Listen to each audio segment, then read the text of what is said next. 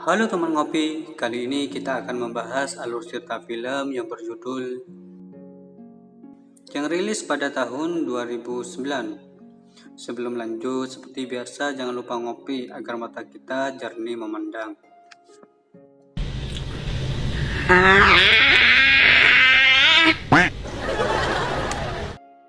Di awal film, di perairan Laut Irlandia, seorang nelayan bernama Sirkus sedang menjala ikan di laut. Secara tidak terduga saat dia mengangkat jaring ikannya, dia melihat ada seorang wanita di dalamnya. Sirkus langsung bergegas mengeluarkannya dan memberikannya nafas buatan. Saat wanita itu tersadar dengan sangat shock dan sesak nafas, dia tidak menyangka kalau dirinya ternyata masih hidup. Saat Sirkus hendak menelpon bantuan untuk membawanya ke rumah sakit, dengan tegas wanita itu mengatakan kalau dia baik-baik saja dan tidak mau bertemu dengan siapapun.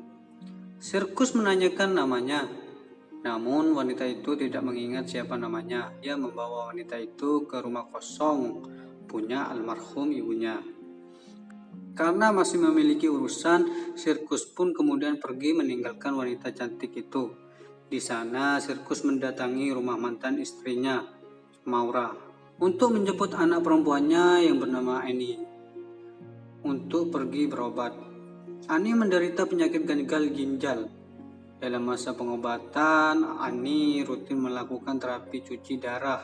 Sambil menunggu, Sirkus menceritakannya sebuah dongeng, yaitu tentang seorang nelayan yang menemukan wanita cantik dalam jaringnya. Setelah selesai terapi, ternyata di hari itu Annie mendapatkan pinjaman kursi roda elektrik dari pihak rumah sakit. Dia sangat senang dengan kursi roda barunya itu. Sirkus kemudian mengantar anaknya kembali pulang ke rumah Maura. Di sana dia bertemu dengan pacar Maura, yaitu Alex. Walaupun Maura dan Alex adalah pasangan yang sering mabuk-mabukan, tapi mereka masih peduli dengan Annie. Keesokan harinya, saat Sirkus akan pergi menangkap ikan, dia masih tidak menyangka kalau dirinya bertemu kembali dengan wanita cantik kemarin. Dia berpikir kalau kejadian malam itu hanyalah mimpi. Wanita itu kemudian meminta agar pergi menangkap ikan bersamanya. Karena tidak tega membiarkannya sendiri, Sirkus pun mengajaknya untuk ikut. Sirkus menanyakan kembali apakah dia sudah mengingat namanya. Wanita itu mengatakan kalau namanya adalah Ondine, yang bermakna gadis yang berasal dari lautan. Di hari itu banyak perangkap lobster Sirkus yang kosong. Dia tidak mendapatkan apa-apa. Lalu mendadak Ondine menyanyikan sebuah lagu yang indah hingga sampai terdengar ke dalam lautan. Sirkus kembali mengangkat perangkapnya. Dia terkejut karena mendapatkan banyak lobster yang besar. Sirkus tidak menyangka kalau nyanyian Ondine telah membawa keberuntungan kepadanya. Walaupun masih sedikit tidak percaya dengan hal itu, Sirkus kemudian mengajaknya ke kota untuk menjual tangkapan lobster itu. Tapi Ondine menolak ajakannya karena dia tidak mau bertemu dengan orang lain selain dirinya. Dengan senang karena telah membantunya, karena mendapatkan rezeki lebih dari hasil penjualan tangkapnya, Sirkus kemudian pergi ke toko pakaian wanita untuk memberikan hadiah kepada Ondine. Setelah dari sana, Sirkus pergi menjemput Annie dari sekolahnya.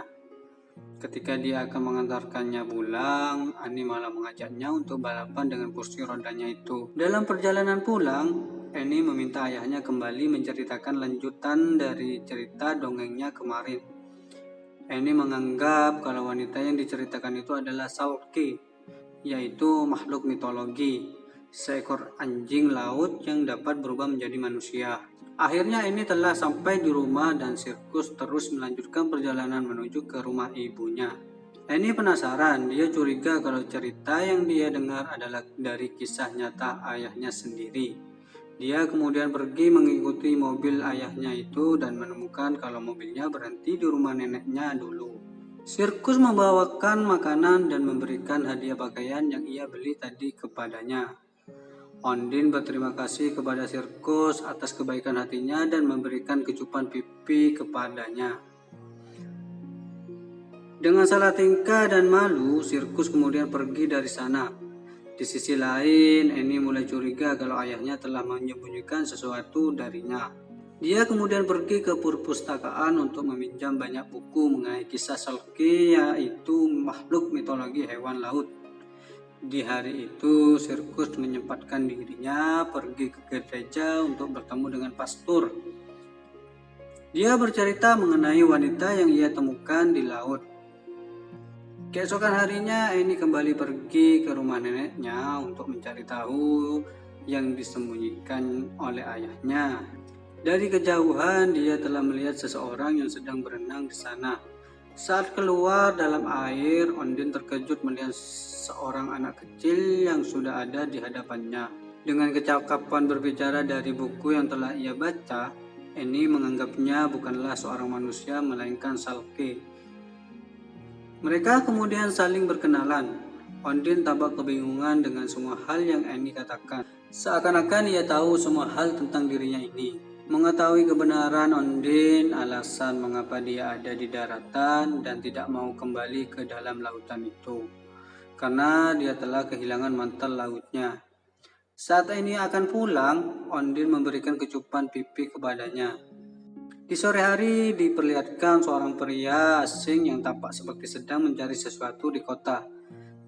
Di keesokan harinya, saat Ondine sedang berjemur, Sirkus kembali datang untuk mengajaknya menangkap ikan lagi bersamanya. Ondine membantu Sirkus dengan memegang kemudi kapalnya. Namun, tiba-tiba saja pengawas kelautan melintas kapal mereka yang membuat Ondine ketakutan dan bersembunyi agar tidak kelihatan orang lain. Ondine lanjut mengemudikan kapal menggunakan kaki mulusnya yang tentu saja membuat Sirkus salah fokus melihatnya. Ondine kembali bersenandung menyanyikan lagu indah seperti kemarin, dan betapa terkejutnya Sirkus saat sedang mengangkat jaringnya yang tiba-tiba saja dipenuhi dengan banyak ikan. Bahkan ada ikan salmon di dalam jaringnya. Biasanya memakai jaring khusus untuk menangkap ikan tersebut. Kemudian pengawas kelautan datang ke kapalnya. Mereka curiga kalau Sirkus menangkap ikan menggunakan pukat yang berbahaya. Mereka juga tampak kebingungan bagaimana bisa menangkap ikan salmon menggunakan jaring biasa. Pengawas kemudian memeriksa gudang peralatan kapalnya, dan betapa terkejutnya mereka, ternyata ada wanita cantik di dalamnya. Ondine mengatakan hal yang sebenarnya kalau ikan-ikan itu ditangkap dengan jaring biasa. Karena terpesona dengan kecantikannya, mereka mempercayai hal itu. Setelah pengawas kelautan pergi, dia mengajak Ondine untuk pergi ke kota untuk menjual ikan-ikan. Karena orang lain sudah terlanjur melihat keberadaannya, Ondine pun akhirnya mau ikut bersamanya. Dalam perjalanan menuju kota, pria asing kemarin tampak terkejut melihat wanita itu, dan para nelayan lainnya tampak terpesona melihat wanita cantik yang ada di kapalnya Sirkus. Di hari itu, dia mendapatkan banyak uang dari hasil tangkapannya. Mereka kemudian pergi ke toko pakaian dan juga mengajak Annie pergi. Annie kelihatan bahagia karena bisa menemaninya memilih pakaian. Bahkan wanita-wanita di sana tampak heboh karena melihat ada wanita cantik di kota mereka. Keesokan paginya, Annie diam-diam pergi mendatangi Ondine. Mengetahui Annie tidak bisa berenang, Ondine kemudian mengajarinya berenang bersama. Saat sudah di dalam air, mendadak Ondine panik karena melihat sesuatu di dalam laut. Dia sangat terkejut dengan apa yang telah ditemukan. Annie mengatakan kalau itu adalah mantel hewan lautnya dan meminta Ondine untuk menguburnya di dalam tanah agar bisa dia tinggal 7 tahun lagi di daratan. Seperti itulah legenda yang ia baca di bukunya. Ondine pun mengikuti kemauan Annie dan mengajaknya untuk mengubur benda itu bersama di perkarangan kebun bunga neneknya dulu.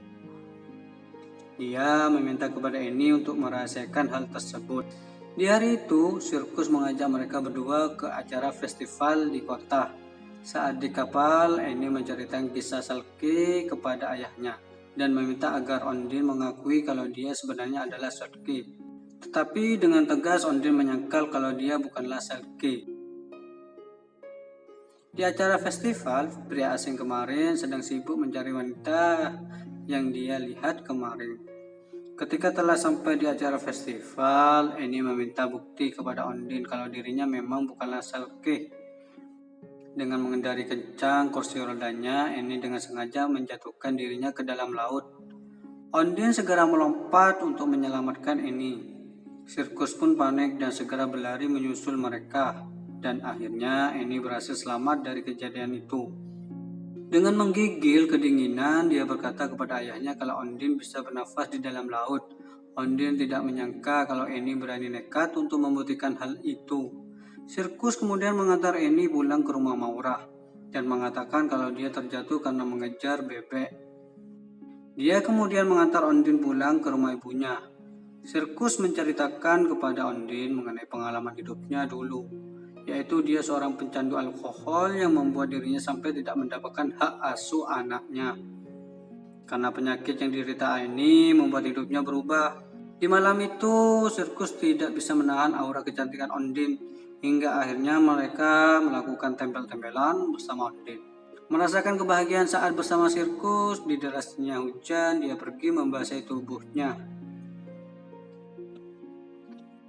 Keesokan harinya, Sirkus kembali menemui Pastur dan dia melanjutkan cerita mengenai wanita yang ia temukan kemarin. Dengan jujur mengatakan kalau dia takut kehilangan wanita itu. Sepulang dari sana, mendadak pria asing kemarin telah berada di depan gereja. Dia menanyakan mengenai wanita yang ada di kapalnya. Sirkus mengatakan kalau dia adalah pembawa keberuntungan hidupnya.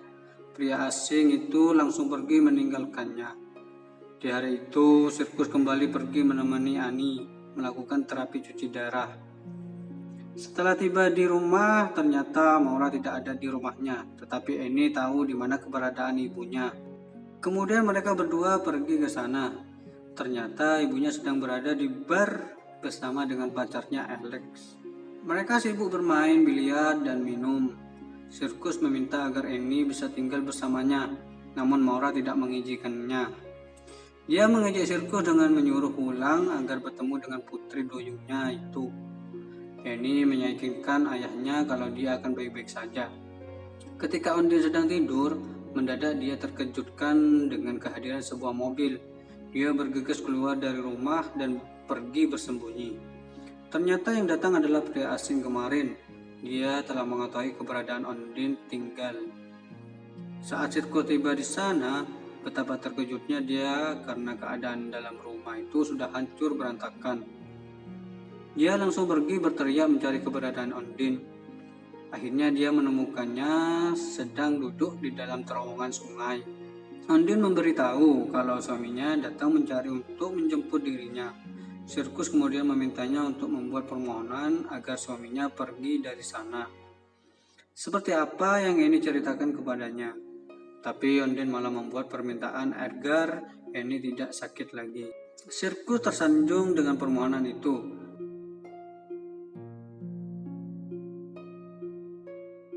Dengan emosi, pria asing tadi mencari keberadaan Ondine di kota. Dan secara bersamaan, Maura yang sedang dalam keadaan mabuk sedang mengendari mobil menuju pulang ke rumah. Terlihat Eni menggunakan sabuk pengamannya. Secara tidak terduga, tiba-tiba saja Maura menabrak mobil pria asing itu yang membuat mobilnya keluar jalur dan menabrak pembatas jalan. Alex terhempas keluar dari kaca mobil dan dia pun langsung tewas seketika. Di sisi lain, Sirkus pergi mengajak Ondine pergi ke kota. Di dalam perjalanan dia berhenti karena melihat ada kecelakaan. Betapa terkejutnya dia melihat kalau itu adalah mobil Maura. Dengan panik dia berlari untuk melihat keadaan anaknya. Ondine juga tampak syok melihat kecelakaan itu, dan Pastur yang kebetulan ada di sana mencoba menenangkan Sirkus dan memberitahu kalau anaknya baik-baik saja. Setelah tiba di rumah sakit, dokter memberitahu kepada Sirkus kalau Ani harus segera dibawa ke ruang operasi untuk segera dilakukan transplantasi ginjal. Karena secara tidak terduga, Alex memiliki kartu donor dan ternyata memiliki jaringan ginjal yang cocok. Di rumah sakit juga tak sengaja Ondine bertemu dengan pria asing yang juga dapat perawatan akibat kecelakaan tadi. Akhirnya Ondine memberanikan diri untuk menemuinya. Dan pria itu meminta agar dia pulang bersamanya. Tapi Ondine memberitahu agar dia tidak mengganggu kehidupannya lagi. Di malam itu operasi berjalan lancar dan Eni telah sembuh dari penyakit gagal ginjalnya. Sirkus tidak menyangka kalau permohonan Ondine telah terwujud.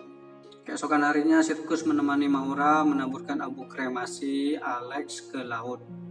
Karena kecelakaan yang telah ia perbuat, Maura memberikan izin kepada Sirkus agar Annie bisa tinggal bersamanya.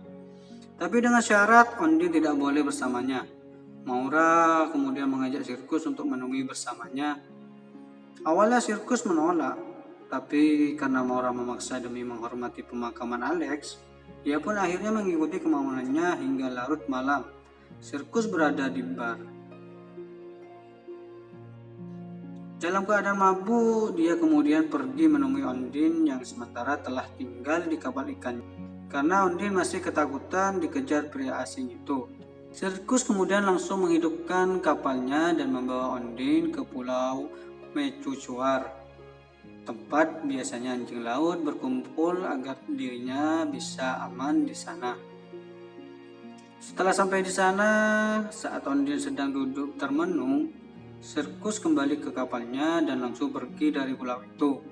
Ondine tersadar dan langsung mengejarnya. Tapi Sirkus memberitahu kalau manusia dan Salke tidak bisa hidup bersama. Ondine pun menangis karena Sirkus pergi meninggalkannya di sana sendirian. Saat malam menjelang, Ondine melepaskan mantel dan sepatunya dan dia pergi berenang meninggalkan pulau itu. Sirkus kemudian menjemput Annie dari rumah sakit dan membawa dia ke rumahnya. Saat Annie menanyakan keberadaan Ondine, Sirkus memberitahu kalau dia pergi sementara waktu. Tapi Annie yakin dia akan kembali secepatnya karena Ondine telah meninggalkan sesuatu di daratan. Di pagi hari, saat Annie sedang menonton TV, tak sengaja menampilkan seseorang yang sedang menyanyikan sebuah lagu. Sirkus sontak sadar karena lagu itu sama seperti yang Ondine pernah nyanyikan di kapalnya. Mengetahui kalau lagu tersebut nyata dan kepunyaan orang lain, Sirkus sadar kalau sebenarnya Ondine bukanlah Salke. Sirkus kemudian bergegas pergi ke pulau Mecucuar. Dia mencari Ondine sambil berteriak di sana, namun dia tidak menemukannya. Dia melihat mantel dan sepatunya di bebatuan, dan dia juga melihat kalau Ondine berada di seberang pulau. Dengan cepat, Sirkus langsung mendatanginya. Akhirnya dia menemukan Ondine yang sedang terbaring kedinginan. Sirkus memberikan jaket dan memeluknya agar Ondine mendapatkan kehangatan. Dia meminta Ondine agar menceritakan tentang siapa dirinya sebenarnya. Dan akhirnya keberadaan pun terungkap. Ondine memberitahu kalau dirinya adalah seorang pengedar narkotik dari Rumania. Di waktu itu dalam sekoci dia bersama rekannya membawa 1 kilo heroin yang disembunyikan di dalam sebuah tas. Tiba-tiba saja polisi pantai datang. Karena rekannya tidak bisa berenang, dia menyuruhnya menyelam untuk melarikan diri membawa heroin itu. Walaupun dia adalah perenang yang kuat, tapi akhirnya dia tenggelam oleh ombak laut Irlandia. Berpikir kalau dirinya di hari itu akan mati, tiba-tiba saja jaring ikan menangkapnya. Dan Sirkus adalah orang yang telah menyelamatkannya dari kematian. Setelah mendengar keberadaan itu, Sirkus membawa Ondine pulang ke rumah bersama. Namun ternyata hal buruk terjadi. Rekannya sudah berada di dalam rumahnya. Karena sudah mengancam nyawa anaknya, Sirkus langsung mengajar rekannya itu. Tapi rekannya yang lain datang dan menodongkan pistol kepada Sirkus. Rekannya meminta kepada Ondine agar mengembalikan heroinnya. Demi melindungi Annie dan Sirkus, dia memberitahu letak heroin tersebut. Mereka semua pergi ke kebun tempat heroin itu dikubur. Namun saat menggalinya, ternyata heroin itu tidak ada di sana lagi. Karena ini telah memindahkannya agar tidak ada orang lain yang menemukannya. Annie masih percaya dengan cerita Salke dan dia tidak mau Ondine pergi meninggalkannya jika mantel anjing laut itu diberikan kepada mereka. Ondine berjanji kepada Annie tidak akan meninggalkannya. Annie memberitahu kalau benda itu berada di perangkap lobster. Saat rekannya menarik perangkap keluar dari dalam laut, dan karena tahu rekannya tidak bisa berenang, Ondine kemudian menarik talinya, yang membuatnya terjatuh ke dalam laut. Sirkus juga mendorong dan mengajar penjahat lainnya. Di dalam laut tersebut, akhirnya rekannya pun tewas tenggelam. karena berusaha mengambil heroin dalam perangkap Lostar itu. Kemudian polisi datang menangkap penjahat yang masih hidup dan juga membawa Ondine pergi bersamanya. Di keesokan harinya, Sirkus pergi menemui pastor dan memberitahu kalau dia telah mendapatkan informasi dari pengacara. Karena kejahatan yang dilakukan oleh Ondine, dia akan dideportasi dari negara Irlandia. Namun hal itu tidak berlaku jika Ondine menjadi warga negara Irlandia. Sirkus memiliki solusi yang lebih baik. Dia meminta pada pastor untuk memberkati mereka dalam pernikahan. Di akhir film, Annie membantu Ondine merias baju pernikahannya, dan Sirkus datang menjemput mereka. Kemudian mereka pergi bersama ke gereja. Kini mereka bertiga hidup bahagia bersama.